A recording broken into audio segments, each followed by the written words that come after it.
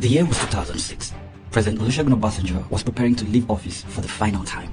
He had worked tirelessly to build Nigeria's foreign reserves from its lows of $5 billion in 1999 to about $42 billion in 2006. This was despite crude oil selling for an average of $46 per barrel during his administration. But there was something that kept weighing the Nigerian naira down. Even with $42 billion in foreign reserves, the Obasanjo's administration was facing heavy criticism and pressure from all corners because of this heavy burden. You see, this burden weighed a whopping $36 billion. Yeah, that was how much Nigeria owed in external debt at the time. Most of that amount was owed to the Paris Club, a group of major creditor countries that included the United States, United Kingdom, France, and some other Western countries.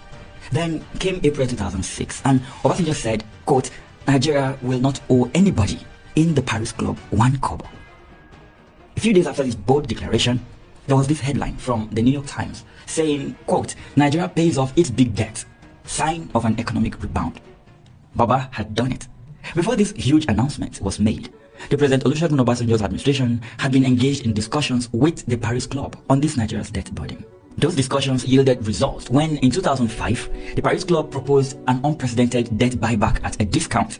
They agreed to a 60% discount on Nigeria's debt that would cancel all of Nigeria's debt to them if Nigeria could come up with a cash payment of roughly $12 billion, meaning the Nigerian government only needed to pay $12 billion of the $30 they owed. Now, with $18 billion being written off then, Obasanjo's administration was able to pay the balance of $12 billion, and from there, Nigeria became debt-free, at least for the time being. This helped stabilize the value of the naira at the time, and with crude oil prices up during this time, the Nigerian economy grew rapidly to the top spot in Africa, a growth that continued during the administration of Yar'Adua through to that of Goodluck Jonathan. Then 2015 happened, and Nigeria's economy became unrecognizable. Now, to show you exactly how bad the situation is, Nigeria is reportedly using almost all of its revenue to service debt. Well, how did we get here? Come with me and I'll show you.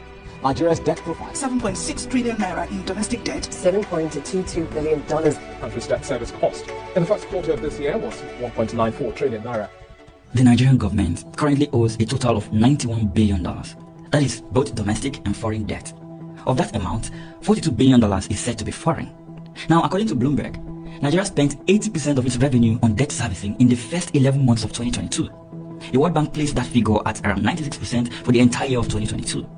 But you know what's more worrying? Spending 96% of your revenue to pay debt means you're borrowing almost 100% of your annual budget. This is scary because records show that it is getting worse and not better. Between 1999 and 2021, local and external federal government borrowings jumped from 3.55 trillion naira to 26.91 trillion naira, an increase of 658%. Between June 2015 to December 2020, Buhari borrowed 7.6 trillion naira. President Muhammadu Buhari increased Nigerians' debt from $7.3 billion in 2015 to $28.57 billion as of December 2020. This caused the country's exchange rate to move from 197 naira to the dollar in 2015 to 381 naira at the end of December 2020. We're talking about one president increasing Nigerians' debt by 173.2% in just 6 years.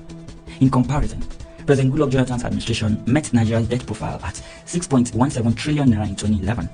According to a report by The Cable, local debt amounted to 5.62 trillion naira, while foreign debt stood at $3.5 billion. The exchange rate at the time was 156.7 naira to $1. In 2014, towards the end of Jonathan's administration, external debt was $6.45 billion. Domestic debt rose to 7.9 trillion naira, while the naira fell slightly to 158.6 naira to $1. After the elections, however, everything changed. By the end of 2015, Nigeria's foreign debt jumped to $7.3 billion, while domestic debt increased by 8.4 trillion naira. The naira crashed to 197 per dollar. Not even a year in office yet, Buhari immediately gave Nigerians a clue of how his government planned to carry its affairs.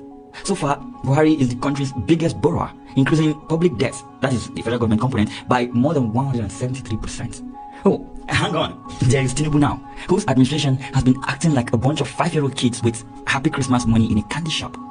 According to the Vanguard, the federal government under Tinubu borrowed 20.1 trillion naira from domestic investors in the first year of President Tinubu's administration alone.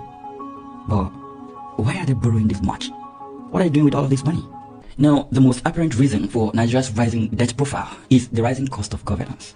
This is simply put any cost associated with the running of government. This includes recurrent and capital expenditure. while recurrent expenditure talks about the amount of money the government spends on overhead and personnel costs, capital expenditure, on the other hand, talks about government expenditure in providing infrastructural facilities. The problem with the Nigerian situation is that the government is borrowing a whole lot of money to spend on overhead and personnel costs. As a result, infrastructure is in decay, while the people in power focus on buying yachts, jets, SUVs, and building mansions. The point I'm trying to make here is, spending billions of borrowed funds to give public officials lavish lifestyles has reduced the amount of money available for capital expenditures. This means roads don't get built, hospitals are poorly managed, some have no light, and others have collapsing structures. Let's not even get into the education sector. There is literally no money to improve our power infrastructures, leading to the national power grid collapsing every 4 market days. The public transportation system is a mess. No rail lines in major cities to help solve the public transportation crisis. Now, all of this put together have led to a fall in investments. Companies are running away, which in turn has led to a reduction in the level of employment, which ultimately led to the stagnation of economic growth. Also to add, borrowing a ton of money without restraint is bad. Yeah, pretty bad. But how, you might ask? Well, more debt means a weaker naira. The weaker naira means imports of goods are more expensive and exports bring in little value as a result. The weaker naira also means crazy levels of inflation like we are witnessing right now. Food items are very expensive and people are no longer able to afford household items. There is also the debt servicing we talked about earlier. Nigeria is currently using 96% of its revenue to service debt. Imagine working for 30 days and you are paid 500,000 naira, but then you have to use 408,000 naira from that amount to pay your debt. How do you survive on 20,000 naira for another 30 days? It means you will have to borrow again, and so the cycle continues. But is there a fix for this mess we are in? When the current president of Argentina was sworn in back in December 2023, his country's economic situation was worse than Nigeria's. But what did he do? Well, he took measures to reduce government spending. It's not a magic trick.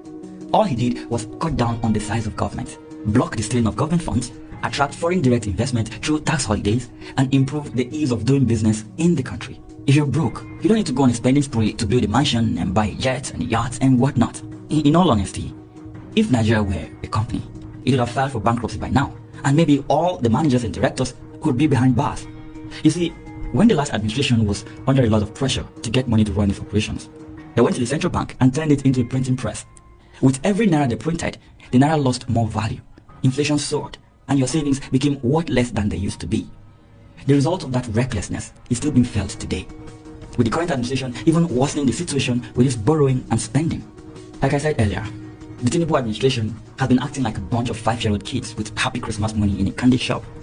They know they didn't work to earn this money they're spending, because of course, these are loans. However, they're hell-bent on spending it all, but not on infrastructures, not on capital investment to help prop up the Nigerian economy. They tell you that the government is taking some loans to run its operations. Then you turn on the news, only to see that one of these operations is a VP residence that cost the country 21 billion naira of money it doesn't have. Imagine borrowing 21 billion naira to build a mansion for your vice president at a time like this. Are you trying to show to the people you borrowed this money from that all is well back at home?